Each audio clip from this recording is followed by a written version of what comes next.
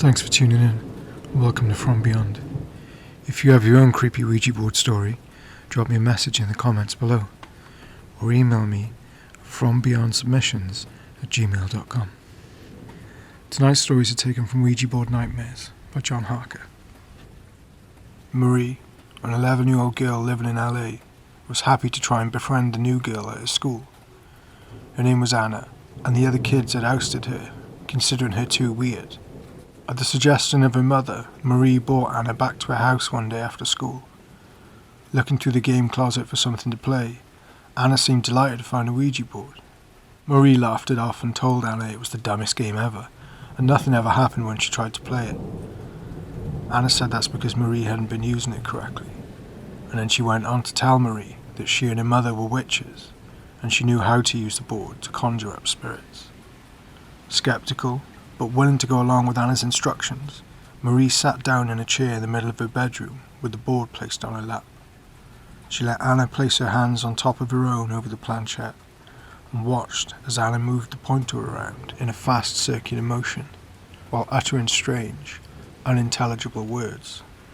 Anna then suddenly released Marie's hands, at which point the planchette flew to the letters M-A-R-I-E. Marie screamed and threw the board to the ground. More angry than scared, Marie demanded that Anna try that trick again, but this time with neither of them touching the board. Anna agreed and told Marie to place the board on the floor with the planchette squarely in the middle. Right after Marie did this, the planchette started moving on its own, and once again it spelled out her name. This time Marie was truly scared. She ran to her mother and told her what had happened, and how she was afraid of Anna. Her mother took Anna home, but remained doubtful of Marie's story. Later, after she had calmed down, Marie ventured back into the bedroom where the Ouija board remained where it had been, on the floor in the middle of the room. Seeing it now as nothing more than a piece of cardboard with a plastic pointer on it, she was emboldened enough to try it again, alone. She sat down, placed the board on her lap, and started moving the planchette around in a circle, like Anna had done. The board's response was quick and terrifying. I felt an entity so strong and so forceful that it literally threw the board across the room and knocked me out of the chair I was in, Marie said. She ran downstairs, sobbing to her parents, and while still not fully believing her, Marie's mother nonetheless promised she'd get rid of the board. That night, and for several nights after, Marie slept on the couch. At the end of the week, her parents finally forced her back into her own room. She hesitantly agreed, but took her dog to bed with her. Later that night, she woke up to the sound of her dog growling and scratching at her bedroom door. The room was freezing, and Marie had the undeniable feeling that she wasn't alone. She also felt something else, an odd indifference. She wasn't really scared. If anything, she was angry. Angry at her parents for making her sleep in that haunted room. She slowly got up from bed and walked, trance-like, to her parents' bedroom. At first annoyed, her parents quickly changed their demeanour when they saw the faraway, distant look in their daughter's eyes, as she was pointing at something under their bed. The next thing Marie remembered, she was on the couch, and her mother was wiping a cold cloth over her face. Her mother said that she and her dad had become alarmed when Marie didn't respond. She said they were calling her name, and all Marie would do was point under the bed and stand silently. They believed her now, her mum said, because when they went into her bedroom, they noticed how cold it was and how scared the dog was. They said after they moved her onto the couch, they went back in the bedroom and looked under the bed. She had been pointing to where they had stored the Ouija board.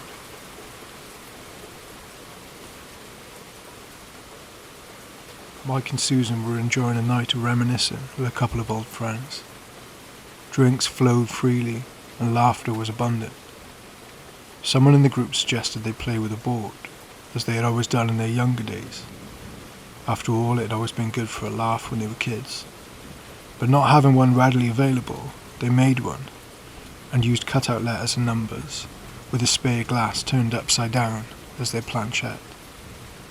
For the first half hour or so, nothing happened, much like their past unsuccessful Ouija sessions. They were just about to call the night when the glass suddenly moved. The women accused the men of moving it, but the men denied any trickery. As they were discussing it, the glass started moving again, this time slowly spelling out, "I am not." Then it moved and spelled "die." The fear on everyone's faces pretty much eliminated the possibility that anyone at the table had caused this.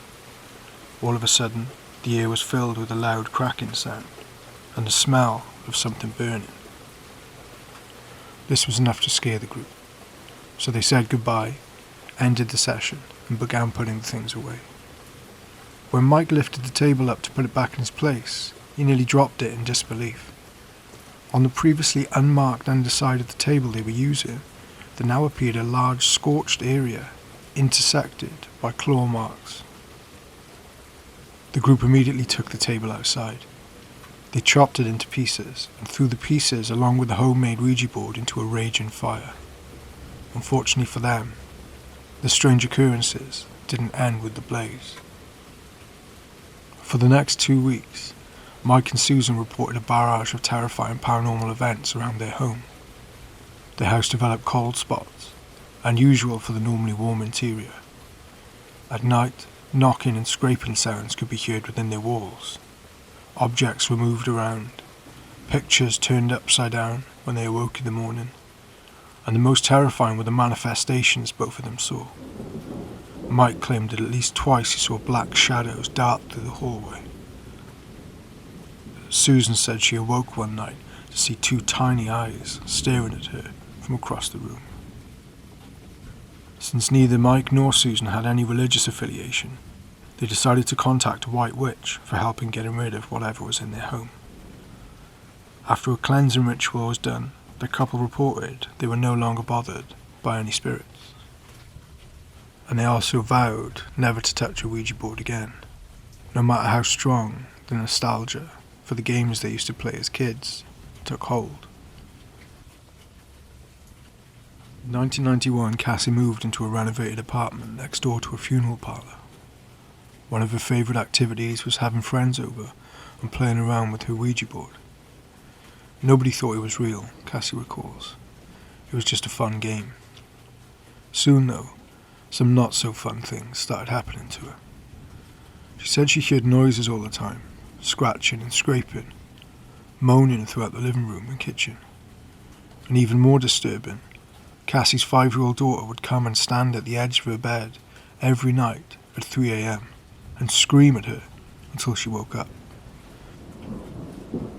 At first, Cassie didn't link these strange events with the Ouija board, or to anything supernatural. She just thought her daughter was having difficulty getting used to a new place, and the strange sounds she was hearing were just due to an old heating system or rusty pipes. Soon after this, Cassie had to go out of town for a few days, so she asked some friends to stay over to watch her place and take care of her pets. When she returned from her trip, her friends were missing. Worried that they had left, she reached out to them and found that they were distraught with fear and angry at her for not explaining that her house was haunted. They told Cassie that they went to sleep the first night, only to be awakened a short time later by a dark, shadowy figure standing at the side of the bed. They said whatever it was, they knew it was staring at them, watching them as they slept. They said they immediately jumped out of bed and ran out of the apartment. They never returned and made it clear to Cassie that they never would. Feeling alone and now slightly paranoid, things got worse for Cassie after this. The scraping and crawling noises in the walls and ceilings intensified and would last every night from midnight to 5 a.m. At the urging of a friend, Cassie contacted a local Catholic priest, who came over the same day and blessed the entire apartment with holy water. He told her she needed to get rid of her Ouija board, and that in all likelihood she had unwittingly attracted an entity from the neighbouring funeral parlour.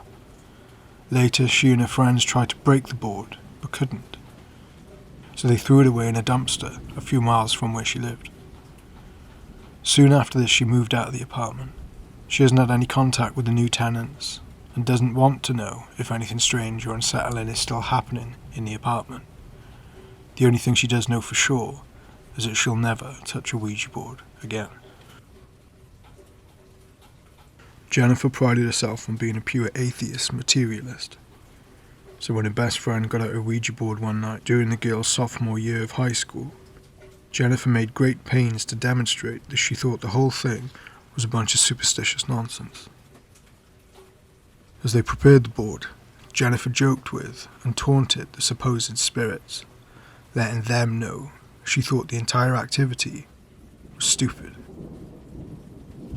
Jennifer's friend, who took the Ouija board more seriously, tried to tell her to follow the rules, like saying break before you take your hands off the planchette, and to show respect, but Jennifer just laughed this off. When the girls at last settled down and placed their hands on the planchette, Jennifer was startled to feel it move without any effort on her part. But she quickly chalked this up to either her friend initiating the action, or perhaps their collective subconsciousness causing the movement. As the evening progressed, strange messages continued to come through, which Jennifer's friend attributed to spirit contact. Still skeptical though, Jennifer was making snide comments about the otherworldly being when the phone suddenly rang. It was about a half hour after midnight, and the loud, shrill ring unnerved the girls, as they wouldn't expect anyone to call at this time. They stared at the ringing phone with their hands on the planchette. Her friend made them say break. They removed their hands, and Jennifer's friend slowly walked over and picked up the phone. She started to say hello when she abruptly stopped, hearing nothing but a dial tone. Jennifer took the phone from her friend, intending to switch off the ringer so no one could call them again. She nearly dropped the phone in fright when she saw the ringer was already off. No one should have been able to call. After this, they packed up the board and called it a night. And several weeks passed before the girls decided to try the Ouija board again. Jennifer's friend brought the board over to Jennifer's house, but they never got around to it that night, and Jennifer just assumed her friend took it back home with her. Shortly thereafter, Jennifer was awakened at around 3 a.m. to the sound of violent thrashing to the side of her in bed.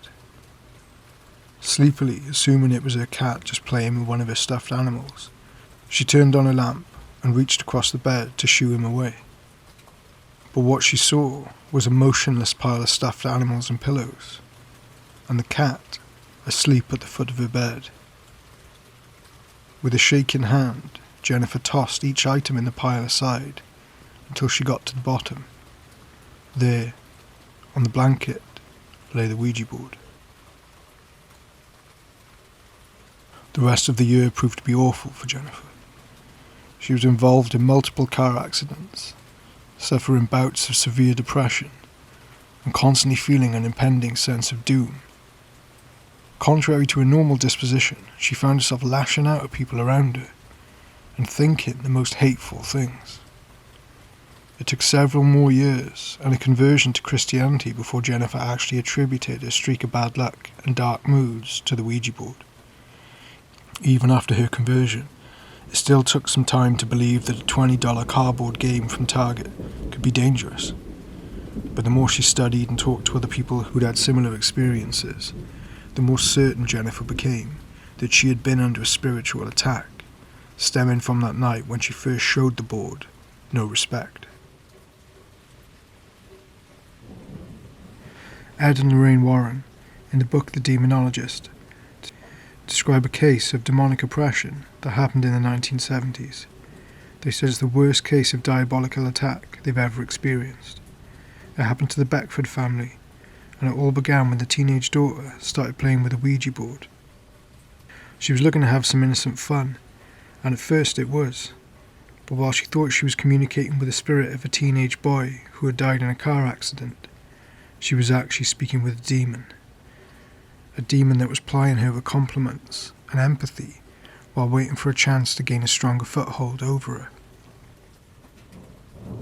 This chance came one night when the girl asked the spirit to manifest itself. She wanted to see what he looked like, she implored. But not only did the spirit not answer her, it never spoke to her again through the Ouija board. It didn't have to. It had acquired the thing it was waiting for, an invitation to physically enter the Beckfords' realm. For 60 days the family suffered through non-stop pounding and other noises on the walls. Furniture moved around the house and even levitated. Outside, rocks rained down on their roof. Shrubs were torn from the garden. Obscenities written over their walls. Pictures fell out of frames. Their car tires were slashed and drawers dumped out all over the floor. This bedlam reached its crescendo during Holy Week in April 1974, and the family called in a priest to perform an exorcism on their house. At one point during the exorcism, a horrific black mass materialized in front of the family members and priest. It dissipated as the ceremony continued. And then after the exorcism was done, palpable calm presented itself in the house, the first such feeling in over 2 months. Reportedly the Beckfords had no further problems, but they made sure the Ouija board was taken from their home, and the daughter never used it again. Abby and her mother Rose loved to spend Saturdays shopping at yard sales. One warm summer morning, they came across a sale that wasn't on their planned itinerary, but which looked interesting enough to stop at. While Rose rummaged through a box of old DVDs, Abby wandered over to a table of games and puzzles. One in particular caught her eye, a glow-in-the-dark Ouija board. Abby couldn't resist. She snatched it up and brought it over to her mother. "It's only $2, Mum, come on. It'll be fun to use tonight at the sleepover." Abby's 2 best friends, Denise and Emma, were coming over that evening to spend the night. Rose hesitated for a moment, because anything having to do with the supernatural kind of gave her the creeps. But eventually, she relented, and the two returned home with 2 movies and a mint condition glow-in-the-dark Ouija. Home alone in a bedroom, Abby tried out the board but soon gave up when nothing happened. She pushed it under her bed and turned her attention to getting ready for the friends' arrival. The 3 girls spent the first part of the evening just eating pizza, swapping gossip about their classmates, and watching one of the DVDs she had bought earlier that day. Then they retired to Abby's bedroom and got ready for bed. Emma was the first one to flop on the floor, and she quickly noticed something new under her friend's bed. "When did you get this?" she asked, dragging out the Ouija board. Abby explained about the yard sale, and said she tried it when she got home, but nothing happened, so she doesn't think it works. "You probably just need more than one person," said Denise. "Let's try it now." Abby and Emma quickly agreed. Deciding they wanted to make their Ouija board experience as real as possible, the girls lit candles, darkened the room, and sat in a circle on the floor, gathered around the board.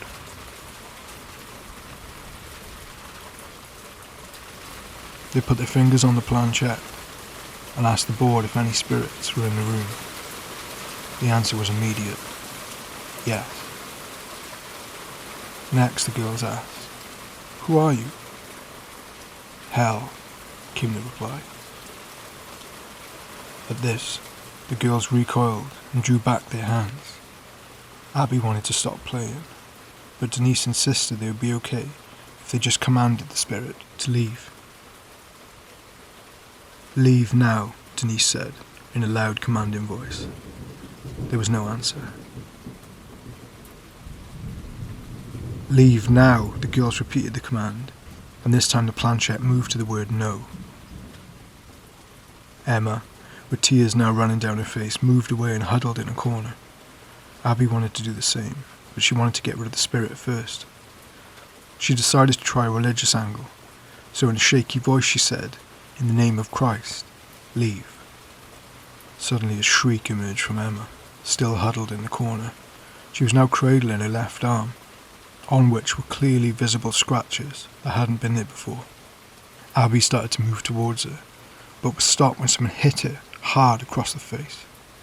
Just then, the bedroom door flew open and Abby's mother, Rose, came rushing into the room.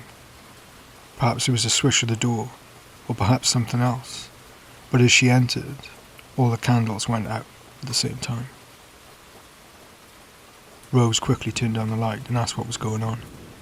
She had heard Emma's shriek all the way downstairs. The girls explained what had happened and begged to sleep downstairs in the living room, and Rose agreed.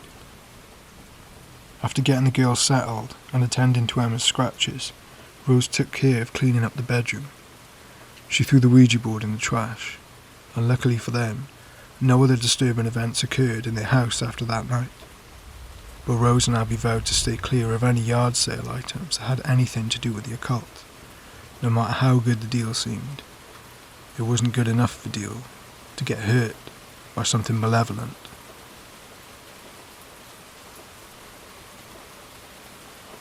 Josh and Derek were roommates.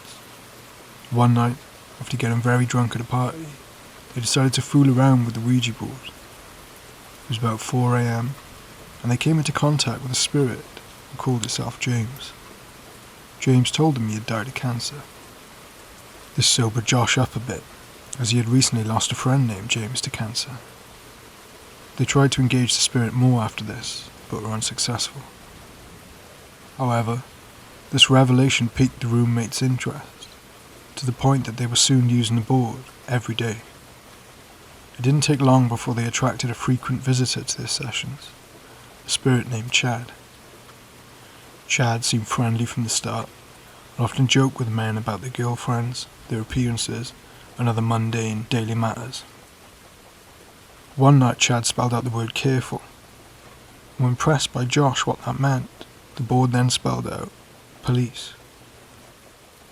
About an hour later, the police arrived at the men's apartment. They had a matter to discuss with Josh that was cleared up later that night. Grateful to Chad for the warning, and eager to introduce his younger brother Kevin to the helpful spirit, Josh set up another Ouija board session for the next night, this time including Kevin at the table. After many unsuccessful attempts at contacting Chad again, Kevin grew bored and took his fingers off the planchette. Immediately as he did, the planchette started to move.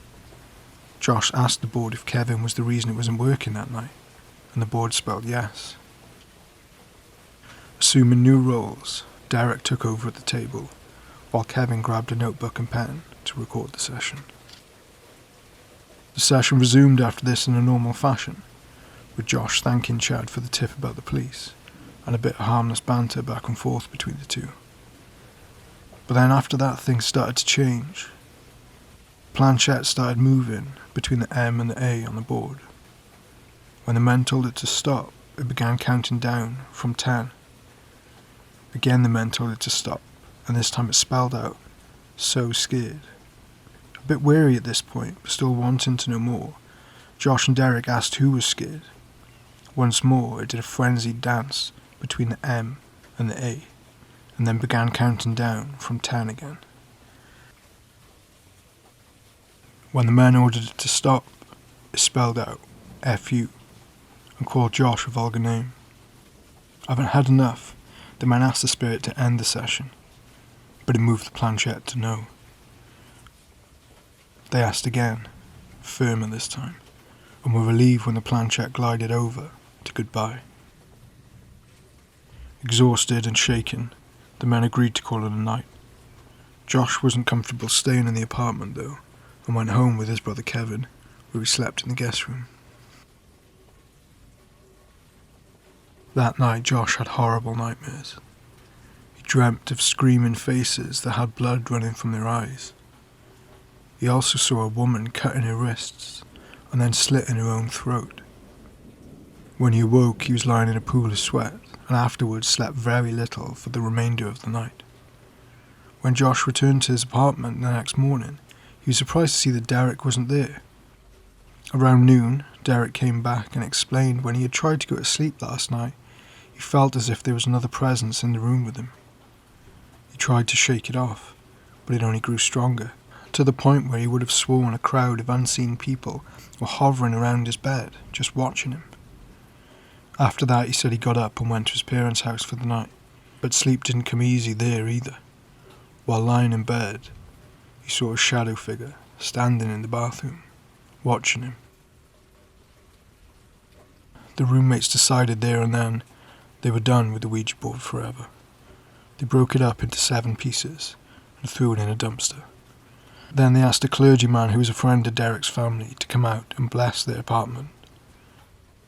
While these actions provided them with some solace, Josh and Derek still wonder if they'd done too little, too late. Terry, now a 30-something adult, has been haunted by a nightmarish experience that happened to her when she was 9 years old. One warm summer night in Ohio, Terry's sister Jill and Jill's friend Christine were babysitting Terry when they decided to play around with a board that Jill had hidden out of sight from her mum. Terry and Jill's mother had warned the older girls weeks earlier not to play with the board, and had even demanded that they got rid of it. She had assumed, wrongly, that they had. The girls set up the board in a closet and illuminated the area dimly with some candles. Terry said she remembers a lot of questions being asked, and finally, a name and an address being given through the board.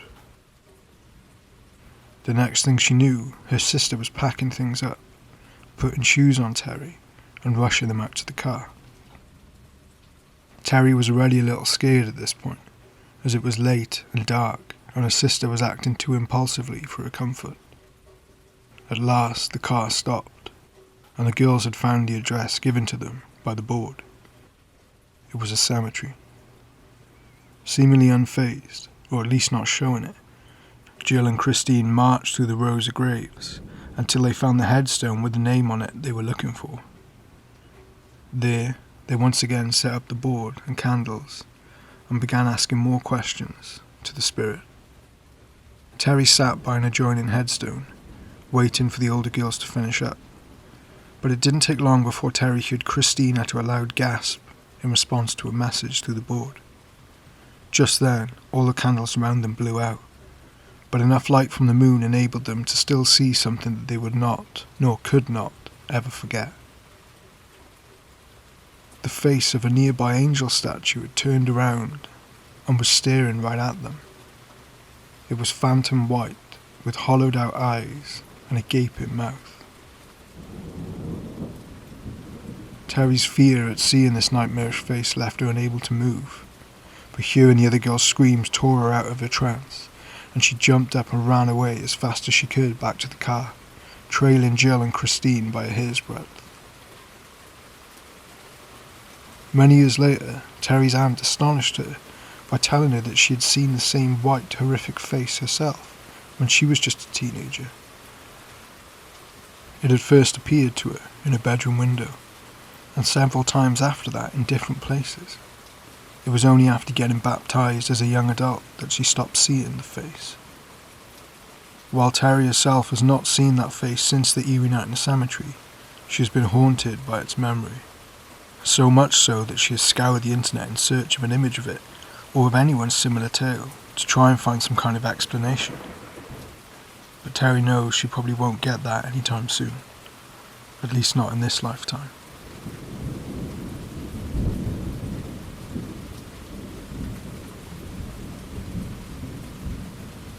College student Dan couldn't believe his luck when he came across a cool sorcerer's robe in an antique store. He'd been looking for a Halloween costume for a while, and easily envisioned himself wearing the robe to loads of campus parties. The store owner assured Dan that the robe was an authentic ritual robe, and it was over 100 years old, and then he offered him a deal on it that was too good to turn down. Back at his dorm room, Dan hung the robe up in his closet. But that night, at about 2 a.m, loud crashing and clanging noises roused the roommates from their sleep. They ran to the kitchen, and they couldn't believe their eyes. All the cupboard doors were now wide open, their contents strewn across the kitchen floor. Not a single pot or pan was where it was supposed to be, and the young man had no explanation for what had happened. In the days and nights that followed since Dan brought the robe home, more strange incidents occurred. Lights began to turn on and off by themselves. Taps were found running when no one was around, and their rooms were frequently trashed, The sound of glass breaking in the middle of the night became a regular occurrence. Thinking they had a ghost problem, the roommates decided to try and contact the spirit to make it go away. Their tool of choice was a Ouija board. They went to a second-hand store and purchased an old board. Then, the young men waited until dark and gathered around the kitchen table where the board was placed. The first question they asked it was, "Is anyone here?" Slowly, the planchette moved to yes. Then they asked it for a name, but all that elicited was the pointer wandering around the board before stopping on a series of consonants. "Are you the one bothering us?" one of the boys asked. The response was yes. Finally they asked, "Will you go away?" This time the pointer bypassed both yes and no, and settled on goodbye, ending the session. Far from solving the ghost problem, the Ouija board session just made things worse for the boys. Heavy banging started to resonate from inside their walls. The sound of cats fighting filled the air, and an overall oppressive feeling settled heavily upon their dorm. Not knowing what else to do, they decided to ignore the strange activity and just hope it all went away. Soon it was time for Dan to go to his first Halloween party, a welcome diversion from the now chaos that his home had become. He pulled on his new robe and immediately felt chilled, even though the robe itself was made of heavy felted wool. At the party, he felt strangely disconnected from everything. He knew people were talking to him, but their voices just seemed far away. Most troubling of all for Dan, though, were the visions he kept having that transported him to a different time and place.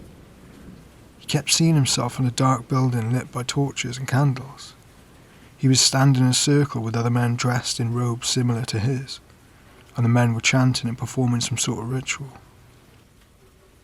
Shaken and fatigued by these strange feelings, Dan left the party early that night. Chalking up the previous night's experience to his imagination, which he assumed had been stoked by the bizarre happenings in the dorm, Dan went to another Halloween party the next evening. Again, as soon as he pulled on his robe, he felt chilled to the bone. He experienced the same visions, only this time they were more intense and vivid. He left that party early too, unable to stand it any longer. But when he got back to the dorm and removed the robe, the uneasy feeling soon left him. Dan confided in his parents that he thought there was some connection between the robe he had bought and the paranormal activity in the dorm. His parents put him in touch with a priest and with a paranormal investigator and demonologist called John Zaffis. Zaffis took the robe from Dan and informed him that it was indeed an actual occult ritual robe with both human and spirit energy attached to it. He said the spirit energy attached was dark in nature, and by using the Ouija board, the young man unwittingly increased its destructive powers and allowed it to gain an even stronger foothold in their lives, especially Dan's. But a positive change came quickly. As soon as the robe was taken away and blessings conferred upon Dan and the dorm, there were no further reports of any paranormal trouble for Dan or his roommates.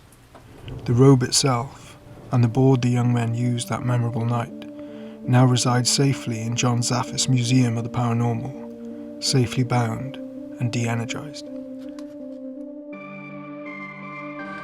Thanks for listening, and I have a Patreon where you can join our quickly growing paranormal community to get an exclusive bonus episode each month. And please be sure to like and subscribe to be notified when I drop new videos. And I'll see you next time on From Beyond.